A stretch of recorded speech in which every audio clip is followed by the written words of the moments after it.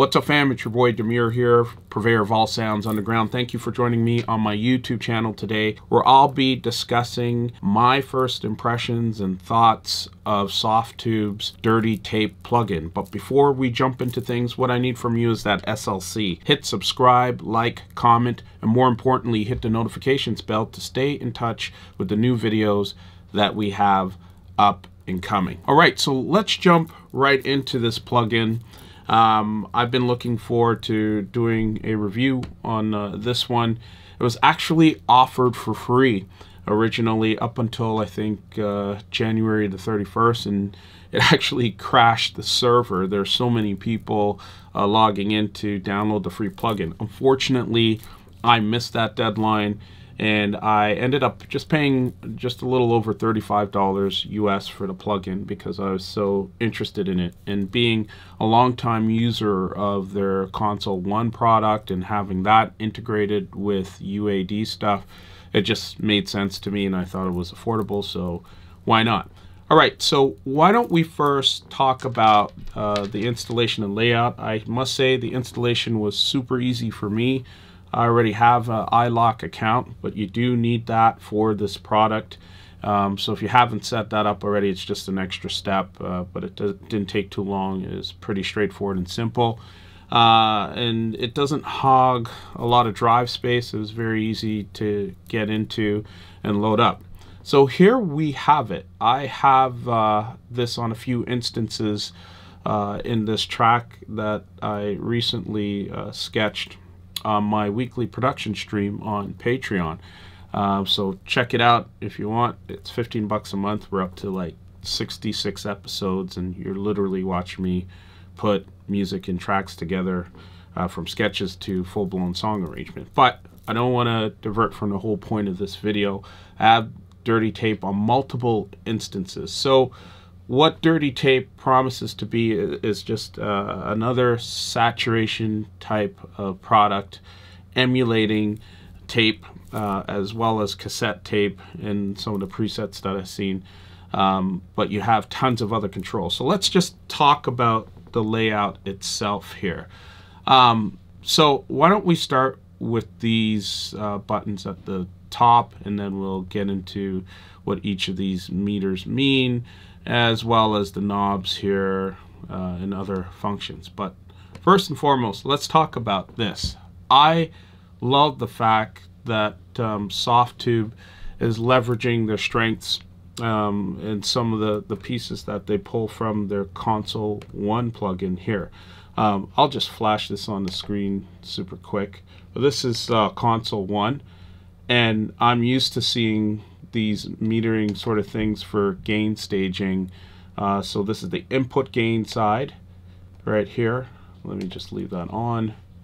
And on the other side, we have the output side, and this is on every channel or every track that I have in my projects. And you can check out my video on templates, and you'll see that I have Console 1 in right across the board. So it's great that they've leveraged that piece for this plugin.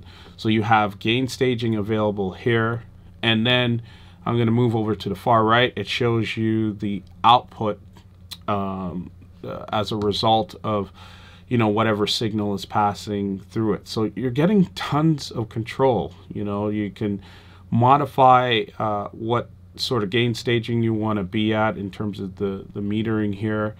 And you can see what the resulting output is after passing through the plugin itself. And then lastly here, just to highlight, you can key in your desired headroom. So I could say -6 dB here, and then it will adjust accordingly. Or what I personally prefer is to set the offset, the difference right here, which is pretty cool. So you have a lot of control from a metering and gain staging perspective, and you also have the choice of leveraging high pass off or on right here. You also have phase invert, which is another takeaway from Console 1, which I can show you. It's right here. Has its own dedicated button, phase invert, off and on. So nice have pieces in here leveraging their existing strengths. So I thought it was a nice touch from Softube, but you know, already being a Console 1 owner, these were just nice little touches that I can easily address within Console 1 itself. So that's the high level of these metering buttons here. And then let's have an actual look at just the layout here. You have a VU meter for the input signal and the resulting output signal here, which is quite detailed. And then you could see you have a drive knob here, which you'll hear in a moment. It's quite effective, and you can hear the differences rather immediately. Then this one I found was interesting. You have a decoupled versus normal mode to define the stereo mode. I find with the decoupled mode, it gives like a whirly sort of fluttering pan effect most of the time in terms of the presets I tested out, which is okay, but for my purposes in electronic music, you know, I want to have a pretty consistent sound. I'm not trying to make crazy weird ambient sort of tracks. So most of the time I found myself having the signal down on normal, but you know, totally up to you. The flexibility is great to have with the option being there. I thought this was pretty cool too, which is the low cut, which you can control here with this knob, anywhere between 10 Hertz up to 2000 Hertz. So interesting enough. But again, it's another take from Console 1 that I'm used to. It's right here. I can do the low cut and just adjust this knob right here. That's the input gain, my bad. Here's the low cut right here, and I have immediate access to it. It's pretty straightforward, but nice to see it here if you are not a user of Console 1 or familiar with the Console 1 product. And then over on this side, you have what replicates, I guess, the dirt on the tape heads. So the more you have, the slower the tape moves, and the less dirt you have, I guess more of a normal speed occurs, which makes sense in terms of how the tape heads would react to the signal. And they define it as clean and bad, which is kind of cute and nice to mess around with to add some character to whatever signal you're playing with. And then lastly, you have the output volume in the middle at -12 dB, and then this bringing you up to 0 dB, which is really cool. And you'll know you'll get a balanced signal every time depending on what you're doing with the drive. So that's the high level overview of the layout of this thing.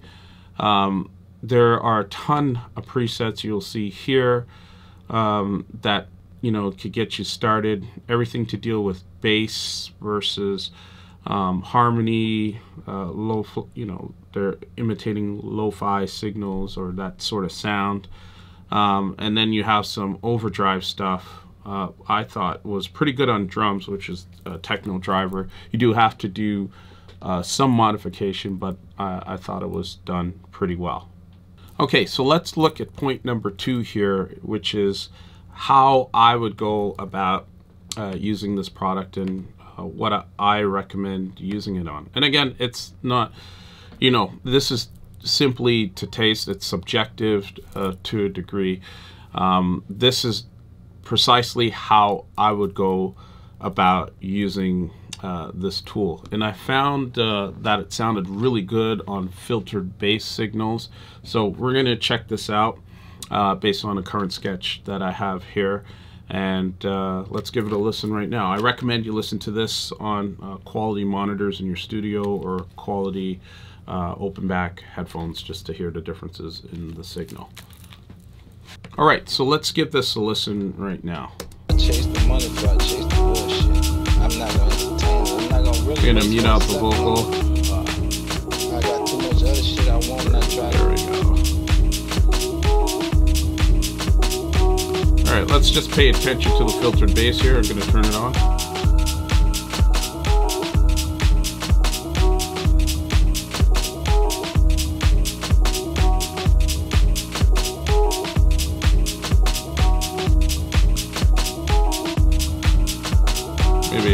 solo it out. I thought it made the filtered bass sound a bit more rounded and warm. So let's shut it off. That's without.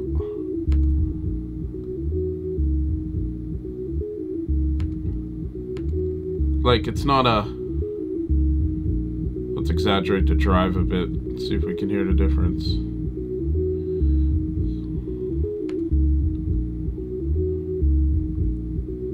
This is without, and this is with. I think it sounds pretty nice and smoothed out with this.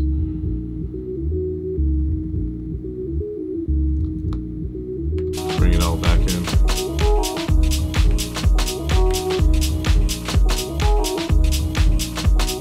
Why don't we try it on the main loop? Oh wow. Quite an effect.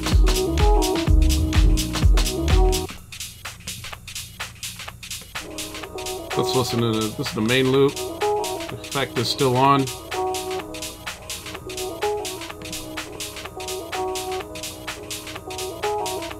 Try it in normal stereo mode.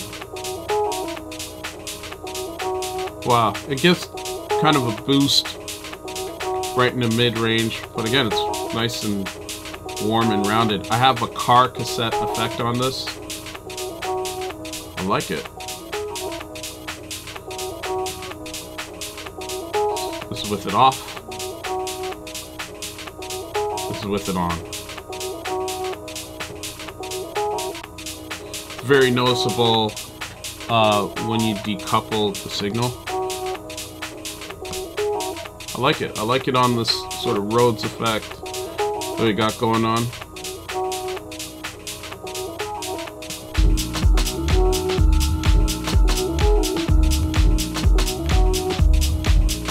Wow, very noticeable on the filtered bass.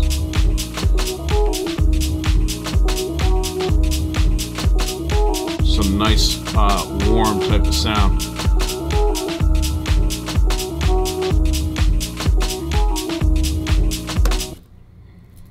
So I thought that was pretty dope. I love it on more musical type of sounds, and in this case it was the main loop that was more of a Fender Rhodes loop, and as well as a filtered bass, which is the main loop just filtered down, but it really warmed up and rounded things out. Now for the value itself at $35 US, you know, do I think it's worth it?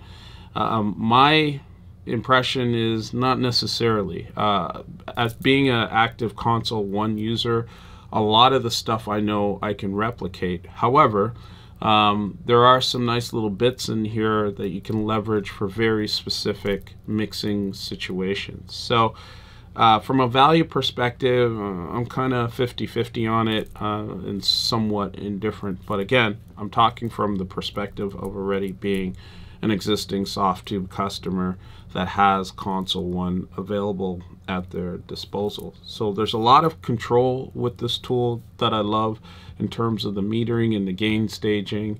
But I thought I would have a little bit more going on in terms of how it affects the drums, and it wasn't as substantial as I thought it would be. Now I could show you something here on one of the snares in here where it did make a difference, and throw my headphones back on, and I used the Techno Driver preset. So why don't we solo out the snare so you can get a sense of what I'm talking about, and I'll also filter out the solo out the filtered bass.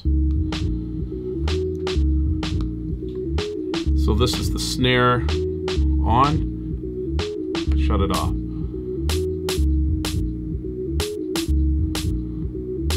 So interesting. Let's turn it back on. The saturation pretty much takes out the highs in the snare, but adds a bit of bottom to it. and I'll probably leave this on because I just think it sounds better.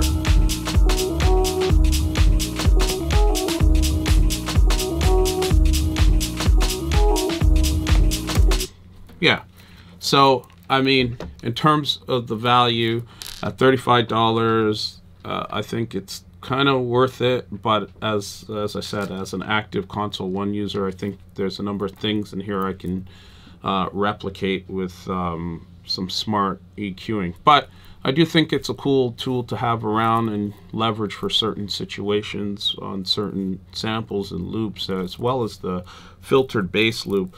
Noticeable difference there, and as you just heard on a snare, just tweaking the Techno Driver preset. So those are my thoughts on it at a very high level. You can go either way. I'm 50-50 on this one. And there you have it. Those are my high level thoughts or first impressions of Softube's Dirty Tape plugin. Let me know what you think about this one. I highly recommend that you demo it first if the option is available, just because I'm 50-50 on it. And again, it's just coming purely from a place of being a long time Console 1 user. But I'd be interested in your thoughts on it once you've demoed it, and I usually join the conversation within 48 hours of posting these videos. So let me know your thoughts. And a conversation doesn't have to end here. I have an actively growing Discord community with a lot of like-minded various DJs and producers, aspiring DJs and producers at various levels, joining the conversation, sharing tools, tips, and tricks within the server itself. So we'd love to see you there. Much love and respect to you. Peace.